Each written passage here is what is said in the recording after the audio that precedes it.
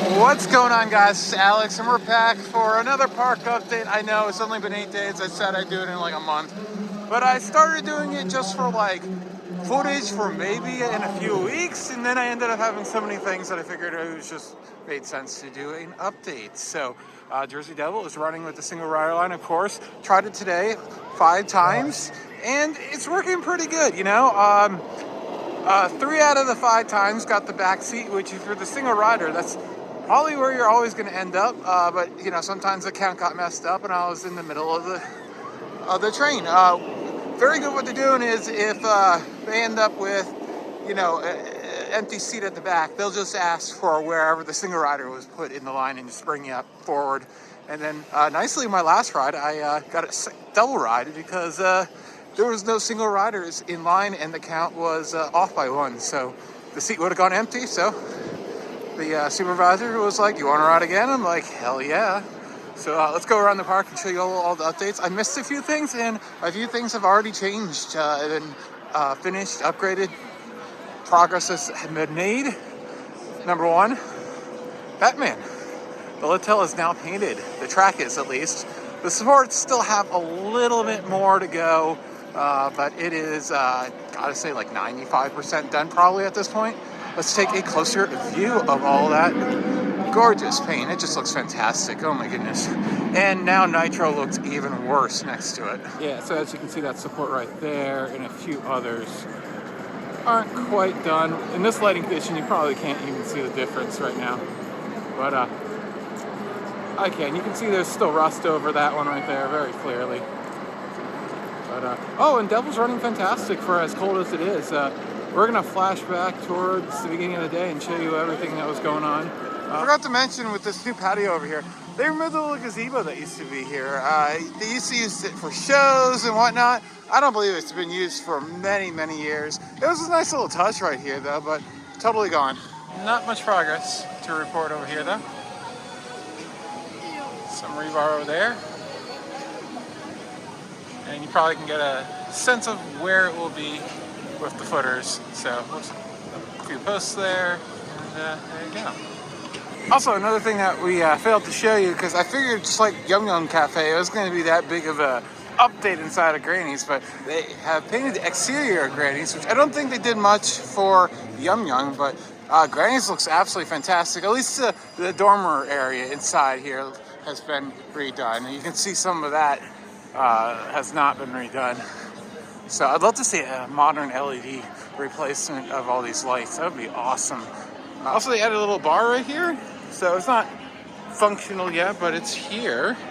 The biggest change inside here is the flooring is redone, and it used to have 4 amazing chandeliers. You can see where it was mounted right there, and all of those have been removed, which is very disappointing. They also changed this up a little bit. It used to be 2 different lines that they could use, and they've actually made the area that you serve smaller. And used to checkout right where all these tables are here on the left, but now checkout is against that wall over there by the women's room. All right, here it is. Fat Burger is open, and I got the works. Unfortunately, you cannot modify it, so I don't really like pickles or relish, so I'm just gonna have to scrape those off, as I really want the rest of it, tomato and lettuce and cheese. So that's unfortunate. Chocolate shake, I mean, it looks very similar to what, you know, Johnny Rockets used to have, so we'll give it a taste test and see how it is. Yeah, really annoying about that. And the fries are definitely Fat Burger fries, from what I remember. Yeah, those are good, actually. So other than not being able to customize your burger and just, you know, remove things, that's kind of annoying. I will continue to ask every time I get something if they can not put the pickles and relish on, but other than that, great to have this chain that's not really well known on this side of the country. Can't see it, so can't really show it to you, but Medusa, you know, they still haven't finished the supports that need to be done.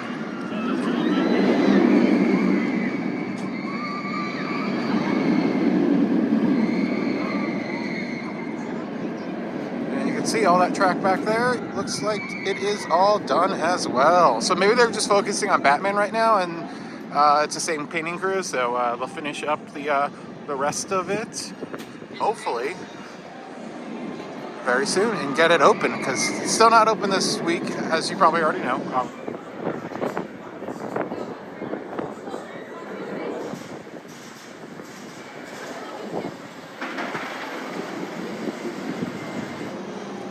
It's also nice to see that they have painted all the supports underneath the theming and the station too. They didn't let those ones go.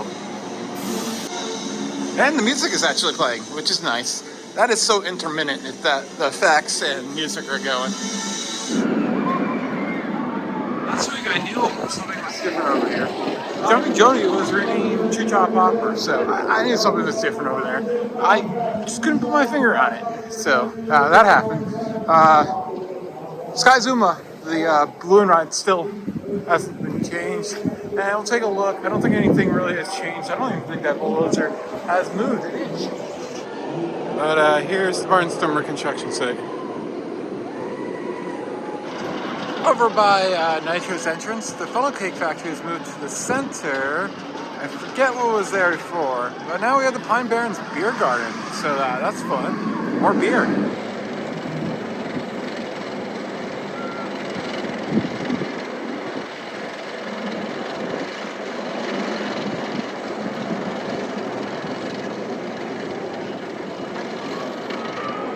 Over at Jersey Devil, thankfully they've added twice as many lockers. This was definitely a problem last year. Most of the time you'd have to go to the Congo Rapids or Nitro ones on a busy day. All the coasters are open. However, Skull Mountain and Batman are running one train currently. I'm not sure why. I just didn't get the maintenance done on time.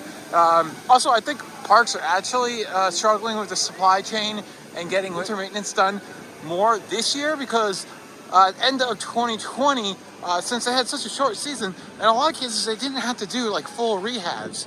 So supply chain and labor weren't as much of an issue. This year, both are, so that's why you're having, a few rides that are not quite ready yet for the season, like Wonder Woman, Twister, Zuma and Gyro, and all that stuff. So, and no buckets today. I think it's because it was very windy this morning.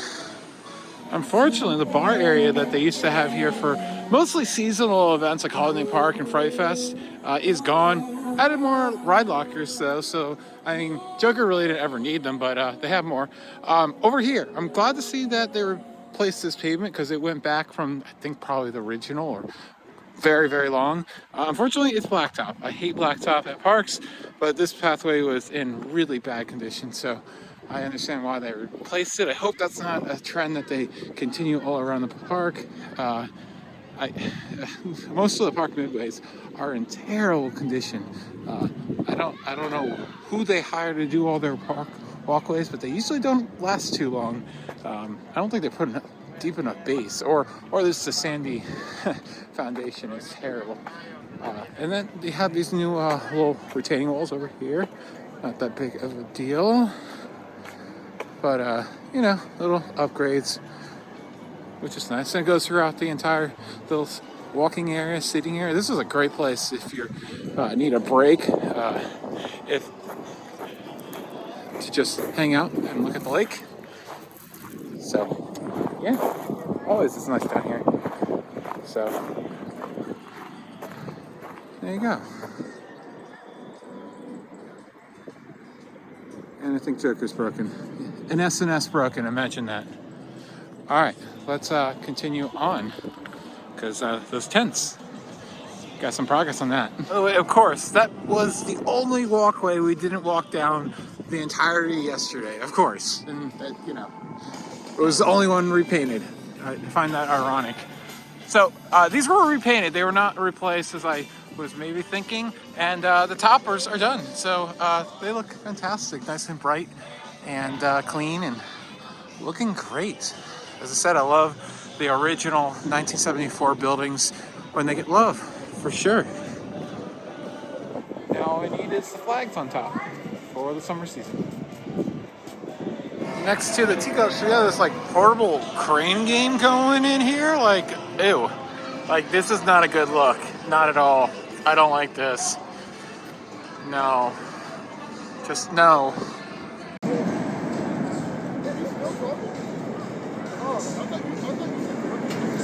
Superman is in its third year since repainting. I gotta say, I don't know. It doesn't seem like that paint job is holding up like it should.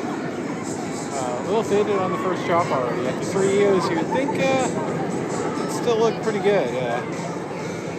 We'll see. We'll see. What does need some help is that Superman logo again. It was looking terrible at some point, and they redid it, but now, man, it needs it again. Especially the arch in the front of it. It's like an hour later, but I just noticed that the blue tent already has its flag. Interestingly enough. We're going to talk about El Toro. He had the first 2 rides of the day, and oh my goodness, it was the slowest I have ever ridden it. Like, we just limped to the end. Man, if it didn't have that little, it has a motor on the last hill to get it back to the station on just days like this, and wow, we really needed it. Here's some footage of the 3rd run of the day. See how just painfully slow it was running.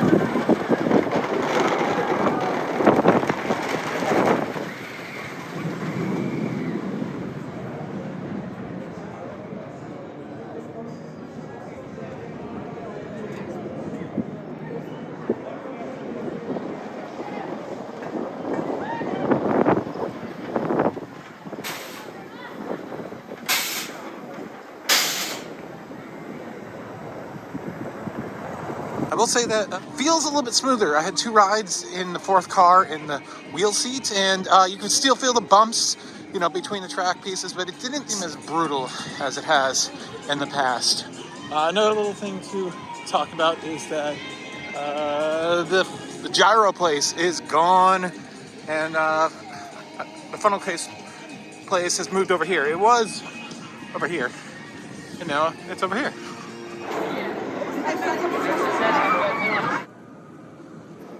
Over at Kingdom Traders, they did a little maintenance. You can see right here, they replaced the siding right there. You can see right through to what this building used to be, which used to be like a play area. Then it was transformed into a season pass entrance in the mid-2000s. And yeah, it had worn through the tarp, the weatherproofing, and all the way down to there. So good to see they're doing maintenance, of course. So it's been bothering me for like 2 years. One other quick update. If you're looking for paper mats, they are discontinued from now on. You will have to use the app or look around the park if you want for these maps that are all around the park for information. The map is really good, and yeah, I highly suggest it. Although it sucks not to be able to have that paper map for collecting reasons. I think that's about it. I think we covered everything finally. A lot of little changes all around the park instead. I love being able to plan them all out, and it's just fun, and I love making these videos. So thanks for watching. This has been Alex for the Coaster Spotlight. I'm going to subscribe, and I'll see you very soon.